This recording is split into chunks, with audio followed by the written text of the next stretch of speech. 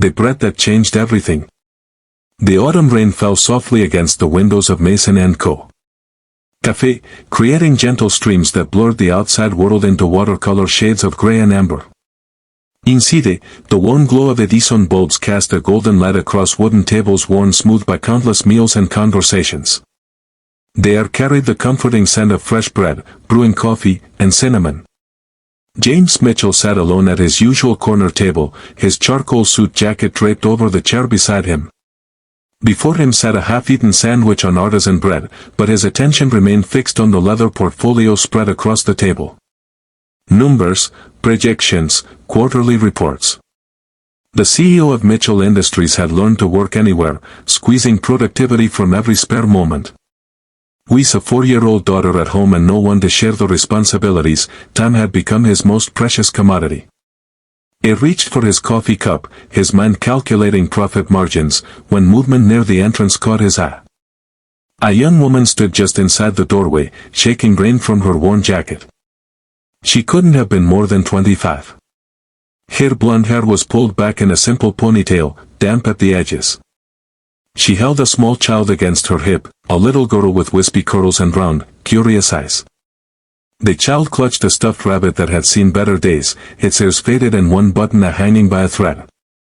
The woman approached the counter slowly, setting the child down gently while keeping one hand on her back. She reached into her jacket pocket and pulled out a small coin purse. James watched as she carefully counted the contents, her lips moving silently. From where he sat, he could see the worry etched into her features, the way her shoulders curved inward as if making herself smaller might somehow make the world easier to navigate. "Excuse me," she said softly to the barista, a kind-faced woman named Carol who had served James countless times. "How much for one slice of bread?" "Used plain bread, nothing fancy." Carol's expression softened immediately. "Honey, we don't sell bread by the slice. But the small loaf is $8.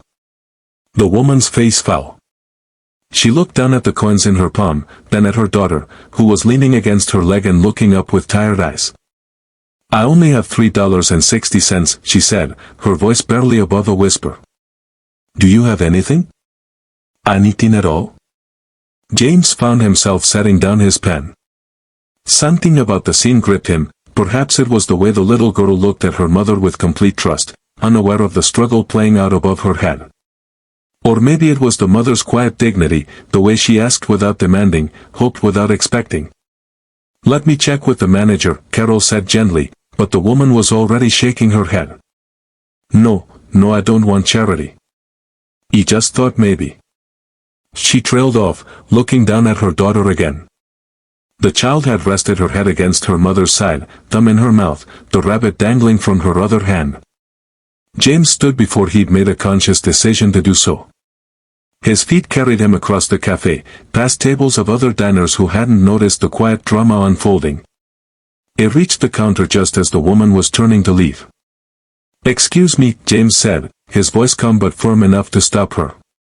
She turned, startled, her eyes meeting his with a mixture of hope and embarrassment. Up close, he could see the exhaustion that went beyond simple tiredness, the kind that came from carrying too much for too long. "Jace?" she asked cautiously. James gestured toward his table. "He ordered too much food. Far too much. My daughter always tells me I have eyes bigger than my stomach." He offered a gentle smile. "Would you and your little one do me a favor? Sit down. Eat first. I hate to see food go to waste." The woman's eyes widened, and for a moment, James thought she might refuse. Breathing was a powerful thing, he understood that. But then the little girl tugged on her mother's hand and said, "Mama, I'm hungry," and something in the woman's resolve crumbled. "I couldn't," she began, but James was already guiding them toward his table, his hand hovering near but not touching her elbow, giving her space to make her own choice. "Please," he said simply. "It would mean a lot to me." They sat, the woman perching on the edge of her chair as if ready to flee at any moment, her daughter climbing into the seat beside her. James caught Carol's eye and made a subtle gesture. She nodded, understanding immediately. "I'm James, by the way," he said, returning to his own seat. "And you are?" Emma, the woman said quietly. This is Lily. She touched her daughter's soft curls with a tenderness that made James's chest tighten. It reminded him of how he touched his own daughter's hair when he tucked her into bed each night. Nice to meet you both, James said. It pushed his plate toward them, then his untouched side of fruit. Peace. Emma hesitated only a moment before breaking off a piece of bread and handing it to Lily, who took it with both hands and began eating with the focused intensity of genuine hunger.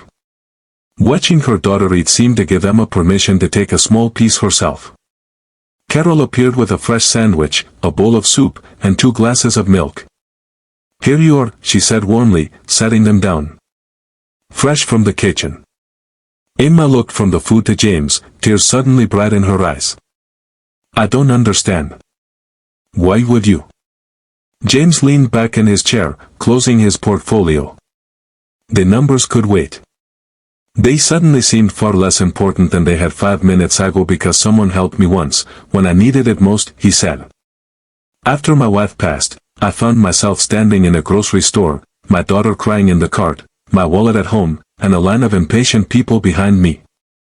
A stranger paid for my groceries. He never got to thank them properly. The truth of it settled over the table like the gentle rain outside. Emma wiped at her eyes with the back of her hand, careful not to let Lily see. I lost my job 2 weeks ago, she said quietly. Daycare was too expensive, so I had to choose. I've been looking, but everywhere wants experience I don't have or hours I can't work because of Lily. We're staying with a friend, but I can't ask for more help. He just needed to get Lily something to eat. James nodded slowly. What kind of work are you looking for? Anything, really. I used to work retail, some administrative assistance. I'm good with organizing, scheduling, people. She gave a small, self-deprecating laugh. Not that my references would show it, getting fired for missing too many shifts.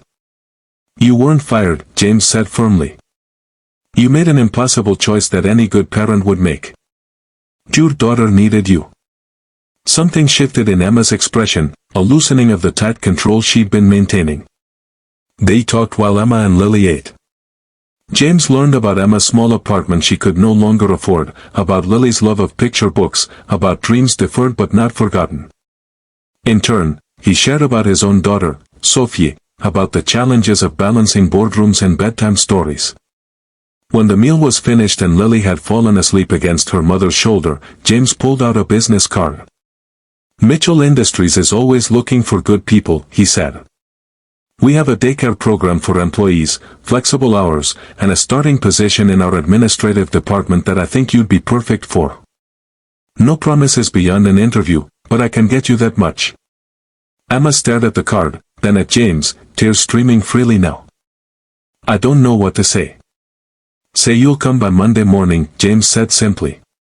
9 o'clock. Ask for Susan Reed in Human Resources. She'll be expecting you.